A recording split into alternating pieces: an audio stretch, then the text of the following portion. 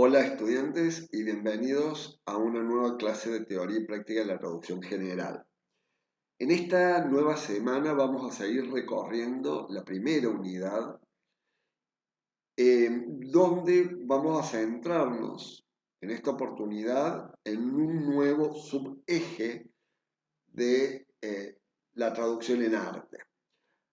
Hablamos del arte como un término genérico, como actividad humana, como manifestación artística. Y la semana anterior, cuando veíamos los periodos, las escuelas, los movimientos artísticos a lo largo de la historia, dijimos que ese arte como manifestación artística también de algún modo se ve reflejado en la arquitectura a través del tiempo, de las obras arquitectónicas que se fueron dando también como manifestaciones artísticas del hombre a lo largo de la historia. Y relacionado con la arquitectura, vamos a trabajar también en lo que es el diseño de interiores. Cómo el hombre como diseñador, pero a la vez como artista, intenta diseñar y acomodar el interior de esa obra artística para que luzca de la mejor manera posible y donde también vamos a ver diferentes estilos de diseños de interiores que se fueron dando a lo largo del tiempo, muchos de los cuales siguen teniendo vigencia en el día de hoy, con algunos cambios, con algunas miradas diferentes, pero siguen teniendo permanencia en las distintas manifestaciones que se va dando en la arquitectura y en el arte. Entonces, vamos a iniciar nuestro camino de hoy observando estas imágenes. Fíjense ustedes, vamos a empezar por la arquitectura. Si ustedes se fijan en las imágenes que ofrece esta diapositiva, se pueden observar distintas obras arquitectónicas desde la antigüedad hasta los tiempos modernos y contemporáneos. Fíjense, por ejemplo, tenemos el Coliseo y el Zigurat, que el Coliseo representa la civilización italiana, la civilización romana, mientras que los zigurats representan a la civilización maya. Tenemos por un lado Italia y por el otro lado tenemos Centroamérica, México. Mientras que si ustedes observan el resto van a encontrarse con manifestaciones arquitectónicas modernas, escaleras circulares, plantas cuadradas, los techos que tienen determinado tipo de ondulación y que por supuesto tienen un significado para ese autor, independientemente de la mirada que como espectadores o audiencia tengamos respecto de esas manifestaciones arquitectónicas, pero son los conceptos que como traductores debemos tener presentes a la hora de traducir el sentimiento, la manifestación, el pensamiento del artista vinculado con la obra arquitectónica, el origen de cómo surge la idea de construcción de estas obras, cuál es la vinculación de la obra arquitectónica con los movimientos o las escuelas artísticas de la época y con los colores, los materiales, la manera de pensar de ese autor, los movimientos históricos o socioculturales, como decíamos la semana anterior, donde esa obra arquitectónica o esa obra artística se inserta.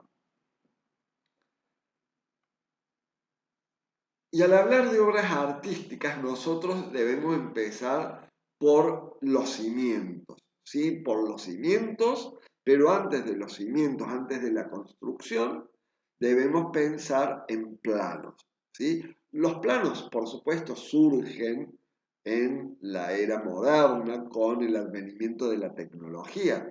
Antes, automáticamente, era el conocimiento que tenían ciertas civilizaciones respecto de la construcción. Piensen cómo se construyeron las pirámides de Egipto mediante el traslado de esas piedras pesadas, en la construcción del zigurat que recién veíamos en la cultura maya, la construcción del propio Coliseo, etcétera, etcétera. En la actualidad existen estos planos, que es un término genérico que el lector común o el ciudadano de a pie maneja, pero académicamente y dentro de la arquitectura se maneja otro término que es planimetría en español y que en el inglés se traduce como plan o planning y en algunos contextos design.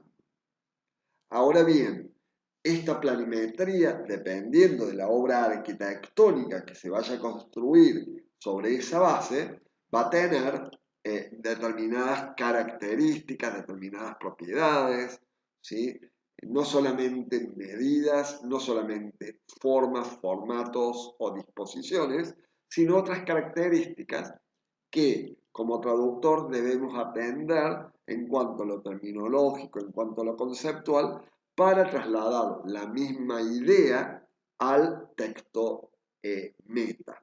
Por lo tanto, mucho cuidado con los calcos de los términos, ¿sí? Por otro lado, design, recién hablamos que se puede traducir como planimetría.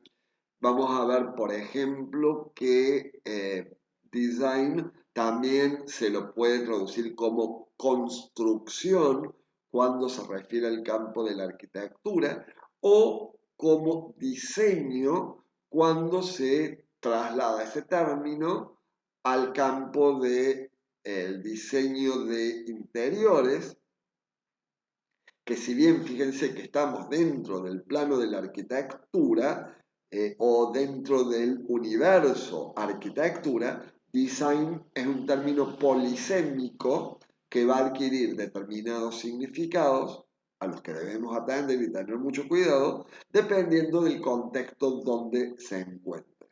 Y más adelante, en el programa, cuando veamos la traducción en moda, vamos a ver que design se va a referir al diseño de la vestimenta o de la prenda. Y así llegamos al final de esta obra arquitectónica, ¿sí? Que puede ser, cuando hablamos del Coliseo romano, de la construcción de la Capilla Sixtina, por ejemplo, si hablamos de Renacimiento o por ejemplo, de las pirámides de Egipto, si hablamos de Edad Antigua. También en la era moderna, cuando hablamos de un edificio, de una casa o de una entidad cualesquiera, también estamos hablando de construcción y de diseño y de nuevas manifestaciones artístico-arquitectónicas. Ahora bien, ¿cómo fue evolucionando desde la antigüedad hasta nuestros días eh, las distintas manifestaciones arquitectónicas? Vamos ahora a ver un video breve, pero para que ustedes tomen nota de los conceptos, siguen completando y actualizando la grilla terminológica en la planilla en Excel, tal como ya les había mostrado.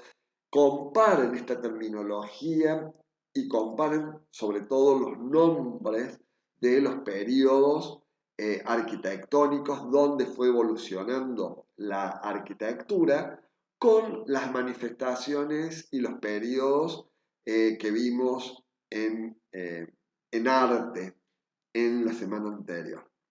Vamos al video y luego retomamos nuestro recorrido. La arquitectura es la disciplina artística y técnica de diseñar y construir edificaciones y espacios que abarcan desde estructuras habitacionales y comerciales hasta monumentos y paisajes urbanos. En este video hablaremos sobre los estilos de la arquitectura a lo largo de la historia. Bienvenidos. Exploraremos los estilos arquitectónicos más influyentes desde la antigüedad hasta la era moderna, descubriendo cómo cada periodo ha dejado su huella en el mundo construido que nos rodea. Comencemos. 1. Arquitectura antigua. En la arquitectura antigua, las civilizaciones como Egipto, Mesopotamia y Grecia crearon monumentales estructuras que aún nos asombran. Los egipcios construyeron majestuosas pirámides como tumbas para faraones, con formas geométricas distintivas. Los zigurats de Mesopotamia eran imponentes torres escalonadas, a menudo utilizadas para rituales religiosos.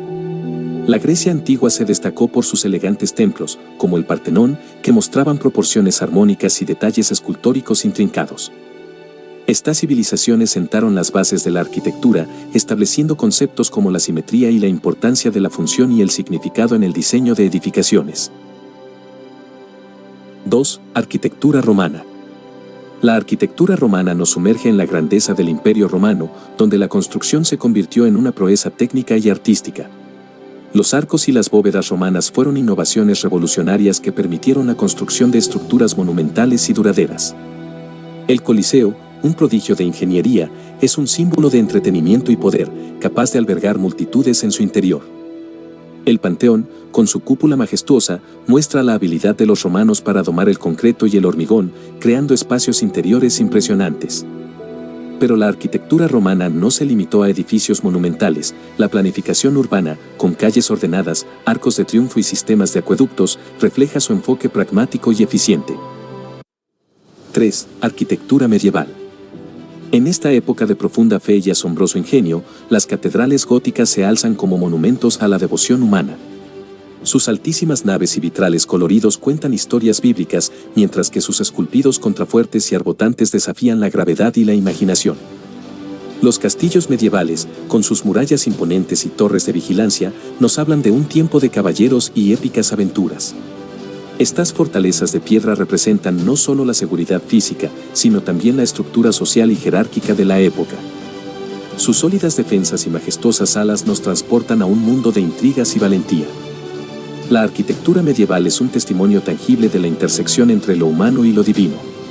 Las catedrales y los castillos eran espacios de culto, de comunidad y de poder, cada uno contando su propia historia a través de la piedra y el vidrio.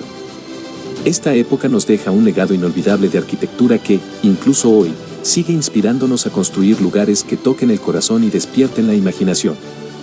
La influencia de la arquitectura romana sigue viva en nuestro diseño arquitectónico actual, a través de elementos como arcos, columnas y cúpulas que resuenan con el legado de esta civilización innovadora y audaz. 4. Renacimiento y Barroco. Dejamos atrás las altas torres medievales y nos sumergimos en una era de renacimiento y esplendor artístico. El Renacimiento trae consigo la reactivación de la antigüedad clásica, donde la proporción perfecta y la belleza son redescubiertas.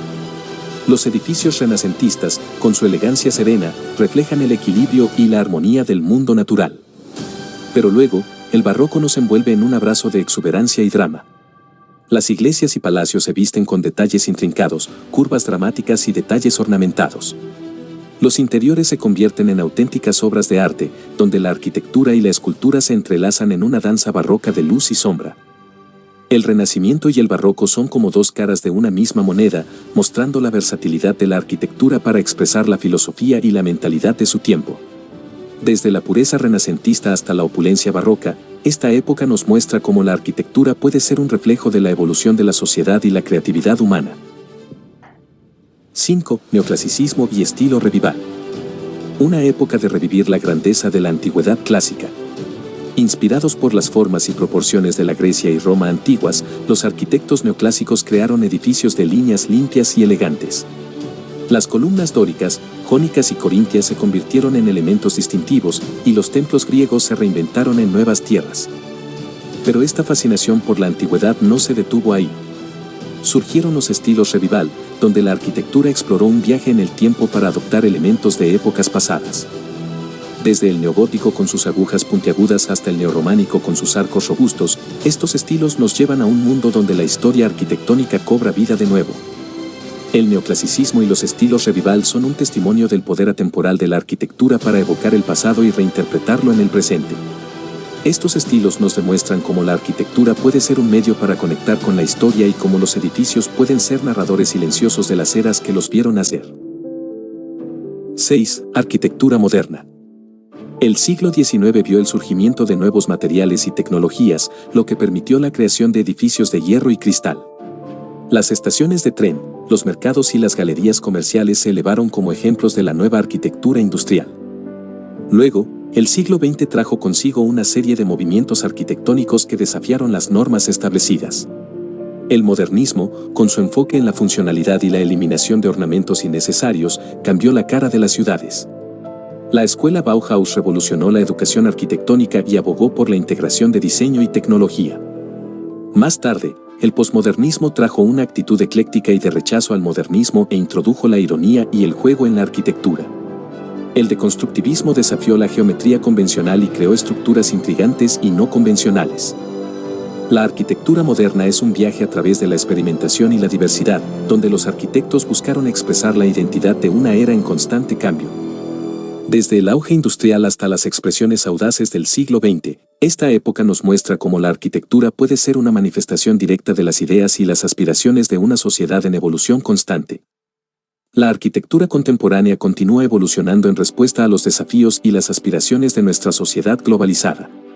En el siglo XXI, la sostenibilidad se ha convertido en una preocupación central, dando lugar a diseños ecoamigables y tecnologías de construcción que minimizan el impacto ambiental. La arquitectura paramétrica, impulsada por la tecnología digital, permite la creación de estructuras de formas complejas y únicas, adaptadas a las necesidades específicas de cada proyecto.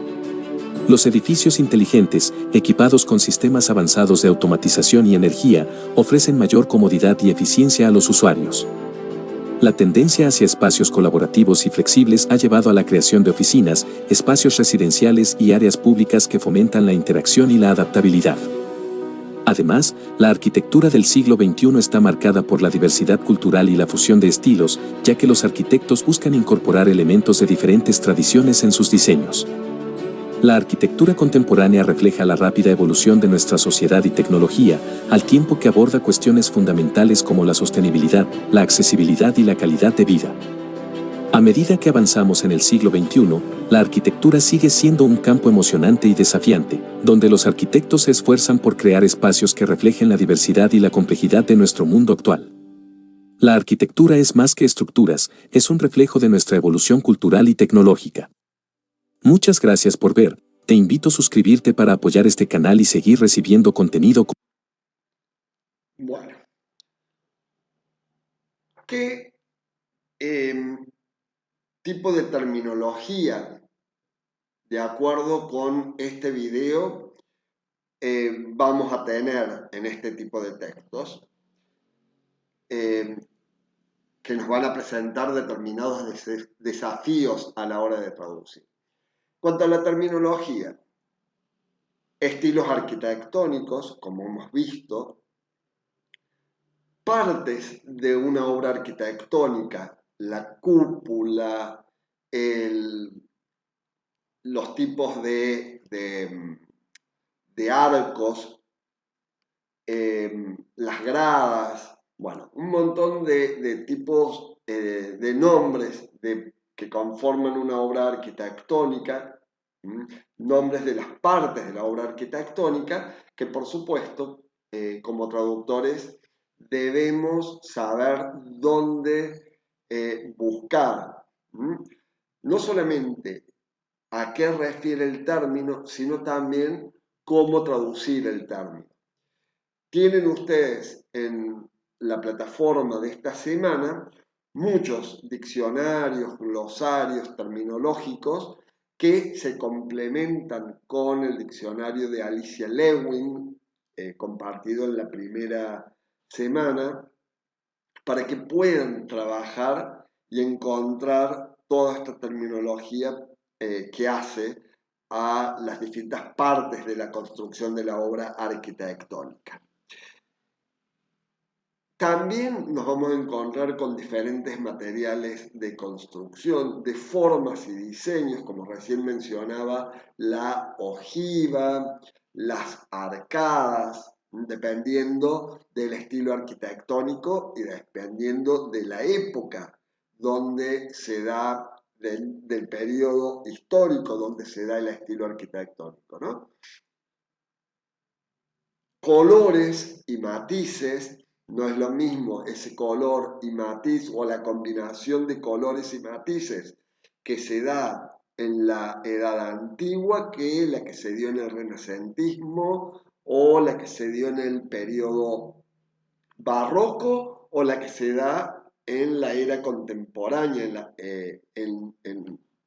la era moderna, en la era contemporánea, claro está, ¿no? Entonces, hay que ir trabajando todo esto y teniendo en cuenta que esta es toda la terminología con la que vamos a estar trabajando en arquitectura, que sumado a la terminología que vimos en arte, se complementan si pensamos, por ejemplo, en los colores y matices, en tipos de estilo, en materiales, ¿sí? Lienzo, acuarelas, óleos, etc.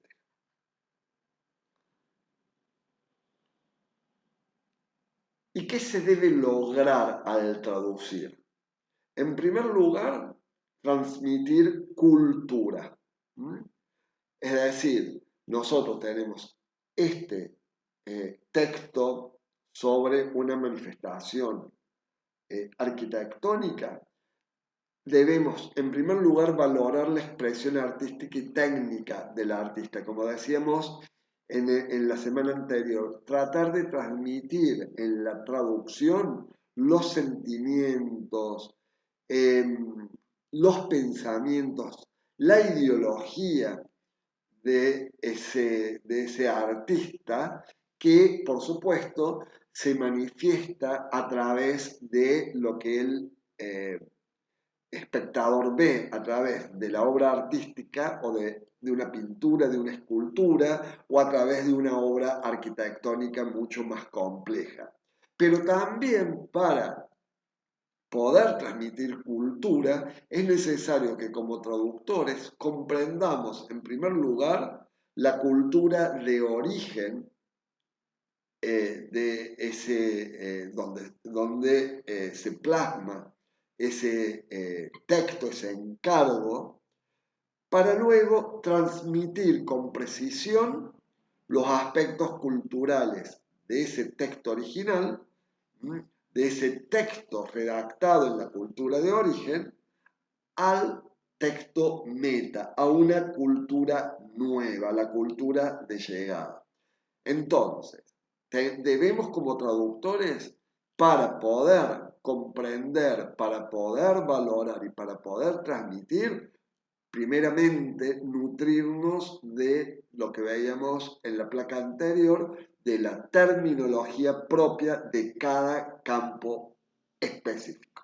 De lo contrario, si no hemos leído, si no hemos incorporado conceptos, no hemos incorporado terminología, no hemos elaborado grillas terminológicas, no hemos incorporado nuevos conocimientos lingüísticos, es imposible que podamos interpretar el texto original con su correspondiente mal traducción al texto meta. ¿Sí? Entonces, fíjense cómo el andamiaje donde nos movemos como traductores está todo interconectado. No se trata de agarrar la computadora y un diccionario o un glosario, sino conocer todo el contexto, documentarnos, investigar siempre. Esa es la base con la cual todo traductor se va a mover a lo largo de su vida profesional, independientemente del campo donde decida especializarse. Y también como traductores, a través de las palabras, a través de nuestra traducción, intentamos comunicar. ¿Qué vamos a comunicar por medio de esas palabras? La magnitud de las obras, el significado sociocultural, las ideas, los pensamientos del artista manifestados a través de la obra arquitectónica. Informar al ciudadano de la cultura meta, la realidad histórica, sociocultural, económica, donde se manifestó esa obra como actividad humana, como producto arquitectónico. Y también dentro de la arquitectura no nos vamos a quedar con la construcción arquitectónica, ¿sí? Sino también vamos a encontrarnos con edificaciones, ya sea de culto, militares, turísticas, casas regionales, que hacen también al campo de la arquitectura y también con documentos técnicos, documentos normativos, con disposiciones, con reglamentaciones que hacen a la construcción, ¿sí? Y que hacen también a la transformación del suelo en diferentes edificaciones y construcciones. Es decir, vamos desde la planimetría hacia arriba, ¿sí? Pasamos por los cimientos, por el estudio del suelo, donde esa construcción o donde esa edificación se va a montar, continuamos con todo lo que significa la construcción y finalmente con lo que la obra arquitectónica representa en esa época, en ese lugar, para el pueblo o para la región o para el país o para el mundo, ¿sí? Que va a gozar de ella. Y ahora nos vamos a meter a otra manifestación artística que tiene que ver con el diseño de interiores. Y cabe comenzar a preguntarnos si diseño de interiores, interiorismo, decoración de interiores, arquitectura de interiores son términos sinónimos o no lo son. ¿Cuáles son los equivalentes en inglés de cada uno de estos términos? ¿Qué significan o cuáles son las características de estos términos? ¿Hay relación entre ellos? Como dijimos, ¿son sinónimos? Si no lo son, ¿cuál es la línea que separa a un término del otro? ¿Cómo me doy cuenta en un texto si debo traducir ese término como diseño de interiores, como interiorismo, como decoración de interiores, como arquitectura de interiores? Bueno, en el material de lectura de esta semana van a encontrar la respuesta a estos interrogantes, por supuesto, definiciones, características y los equivalentes propios en inglés, para que los puedan incorporar a la grilla y seguir trabajando con términos apropiados en sus traducciones. Ahora bien, dentro del diseño de interiores hay un término que es este rendering, que se escribe en minúscula pero en cursiva porque es un préstamo puro. ¿Y qué significa rendering? Es una imagen o representación digital en 3D. Por supuesto, es un término de la era contemporánea, fíjense, representación digital en 3D, una manifestación tecnológica que por supuesto se va a dar con la aparición de nuevos sistemas tecnológicos, de nuevos aparatos, de una nueva visión del negocio inmobiliario y arquitectónico. Este rendering se puede traducir o bien como render arquitectónico, como tour virtual, como render 360 grados, dependiendo del contexto donde el término aparezca. Yo les voy a mostrar ahora un breve recorrido para que sepan ustedes a qué me refiero con el término rendering, un término que surge en pandemia cuando se necesitaba vender obras arquitectónicas, casas, edificios, departamentos, y donde no podía haber contacto entre la gente. Entonces, durante la época de la pandemia surgieron distintas aplicaciones a nivel informático, a nivel tecnológico, que hizo que pudiera el vendedor, la inmobiliaria, mostrar en redes un paneo o hacer un tour, un viaje virtual por la casa que se deseaba vender para aquellos que quisieran comprarla, no se quedaran simplemente con las fotos publicadas en pantalla. Si bien el video está en inglés, pero lo que me interesa es que vean este breve pasaje, porque no lo vamos a mostrar todo, este breve pasaje para que tengan por lo menos un conocimiento, un acercamiento del término cuando lo vean escrito en algún tipo de encargo o de texto sobre este tema.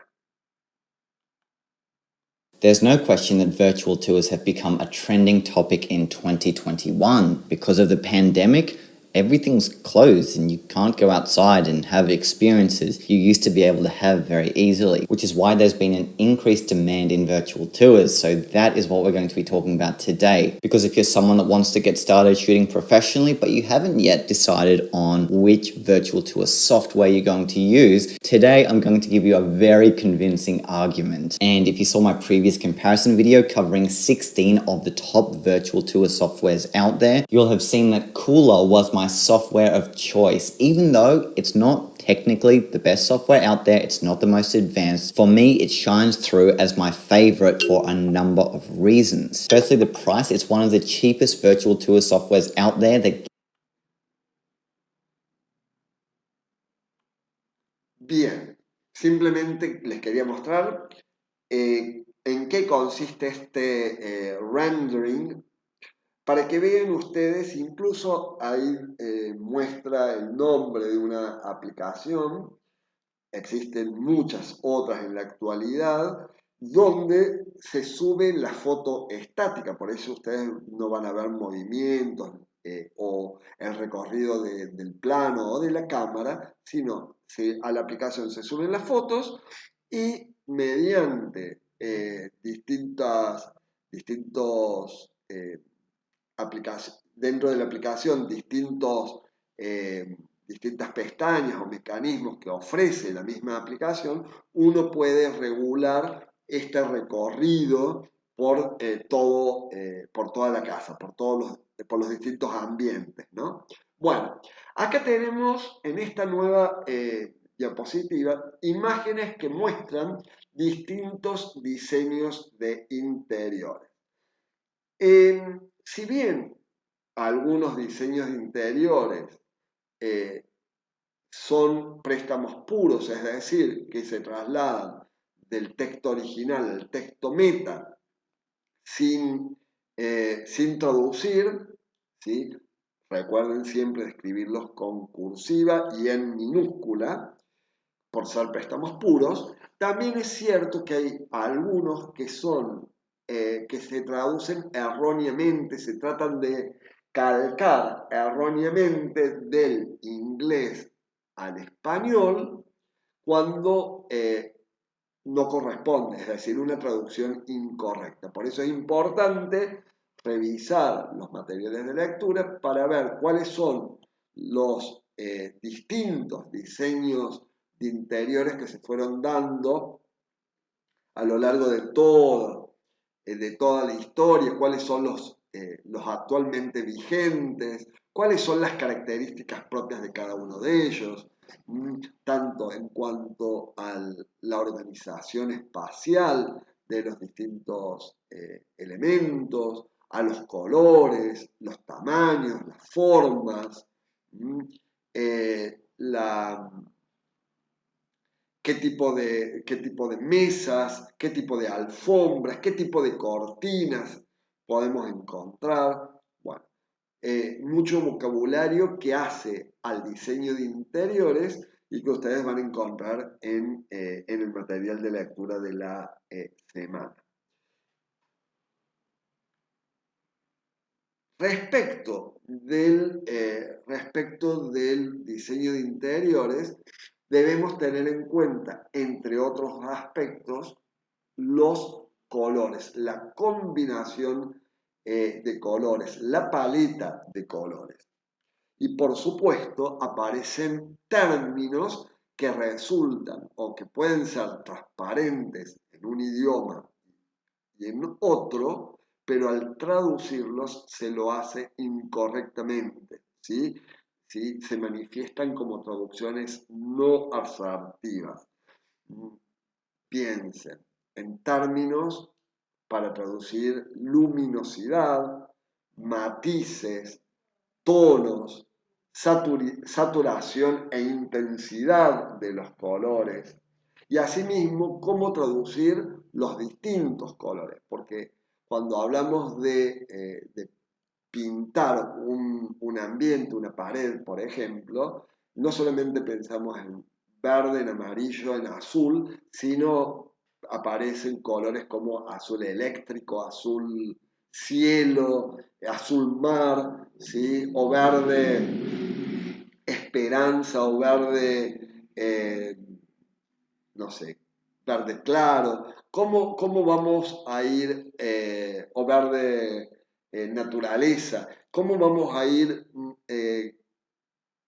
combinando en la traducción esas nuevas combinaciones de colores?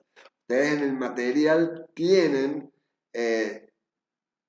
distintos enlaces a páginas oficiales donde van a encontrarse con una grilla de colores para que ustedes sepan cómo traducir cada uno en particular.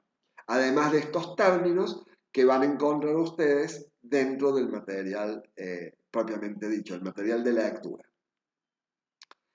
¿Y qué debemos intentar transmitir al traducir textos donde se presentan diseños de interiores? En primer lugar, piensen en las imágenes que recién les mostraba, ¿no?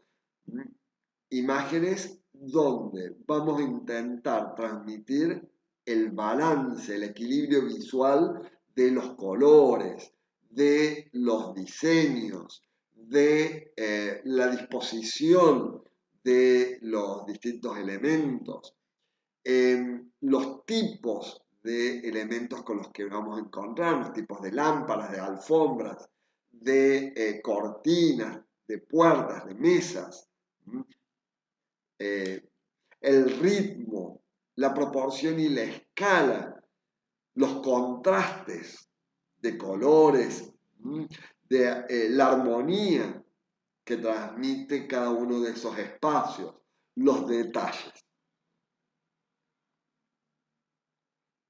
¿Y con qué tipos de textos nos vamos a encontrar al traducir arquitectura o diseños de interiores? Nos vamos a encontrar con licencias de obras, con proyectos y planos de construcción, con memorias técnicas, con hojas de presupuesto, con folletos publicitarios, ofertas inmobiliarias, artículos de opinión, noticias periodísticas. Fíjense qué variados son los géneros textuales, los géneros, los tipos de textos, los géneros discursivos con los cuales nos vamos a encontrar al traducir este campo, ¿no? Y fíjense que tenemos folletos, tenemos hojas de presupuesto que atraviesa la traducción comercial, que la vamos a estar viendo en detalle en práctica de la traducción 1. Atraviesa folletos publicitarios, que vamos a estar trabajando en turismo y en publicidad, en marketing. Artículos de opinión, noticias periodísticas, es decir, vinculado con la traducción periodística. Entonces, fíjense que no solamente vamos a traducir un texto que puede aparecer en una enciclopedia, que puede aparecer en una revista o en un libro donde se trabaja la arquitectura. Por ejemplo, en un libro destinado a arquitectos o a estudiantes universitarios de arquitectura, ¿no? O de diseño de interiores. Fíjense que es mucho más amplio el espectro. Pero para eso nosotros vamos a ir trabajando las distintas las distintas áreas temáticas, los distintos campos especializados a lo largo de toda la materia. ¿Sí? Folletos publicitarios lo vamos a ver más adelante, artículos de opinión y noticias periodísticas también. Y cuando hablamos de noticias periodísticas vinculadas con arquitectura o diseños de interiores, por lo general nos centramos en la prensa blanca, que es la prensa que intenta informar sobre la realidad. Piensen, por ejemplo, en una oferta inmobiliaria, ¿sí? de una donde se ofrece el alquiler o la venta de un inmueble, entonces se informa las características de ese inmueble, los espacios que tienen, cuánto piden, cómo se realizan los pagos, etcétera, etcétera, en la calidad de la vivienda, dónde se encuentra. Mientras que la prensa rosa, que es la prensa del cotilleo, habrán leído, por ejemplo, mire cómo vive Lionel Messi en Barcelona. Entonces muestra, es una casa minimalista, de estilo minimalista, y ahí estamos hablando de diseño de interiores, que tiene una piscina con tal material, la casa está cubierta de materiales que hacen el diseño hispano en los baños y en los dormitorios, y ahí menciona diseños de interiores. Los colores que eligió a la pareja son los colores pasteles, y ahí hablamos de tonalidades, ¿sí? Fíjense cómo se va cruzando todos los contenidos que hemos ido abordando a lo largo de esta unidad. Presenta una colección de tal cuadro que pertenecen al estilo barroco o al estilo renacentista. Bueno, que es el cotilleo, muestra la vida particular de cada uno de las celebridades o de las personalidades que nos podamos imaginar. O salió a subasta la casa de tal y tal, y bueno, muestra características, tal como las que mencionamos recién. Ahora bien, ¿cuál es el rol que va a cumplir el traductor? Un poquito lo que veníamos mencionando, ¿no? La comunicación apropiada de ideas y conceptos, familiarizarse con la terminología específica, con los conceptos específicos de cada uno de estos campos, el arte, la arquitectura, el diseño de interiores, la ingeniería civil, armar sus grillas terminológicas, tener en claro cuáles son los recursos, cuáles son las fuentes terminológicas y conceptuales, los sitios web donde puede consultar sin ningún tipo de problema cuando no encuentre el equivalente apropiado en los materiales que tiene a su alcance.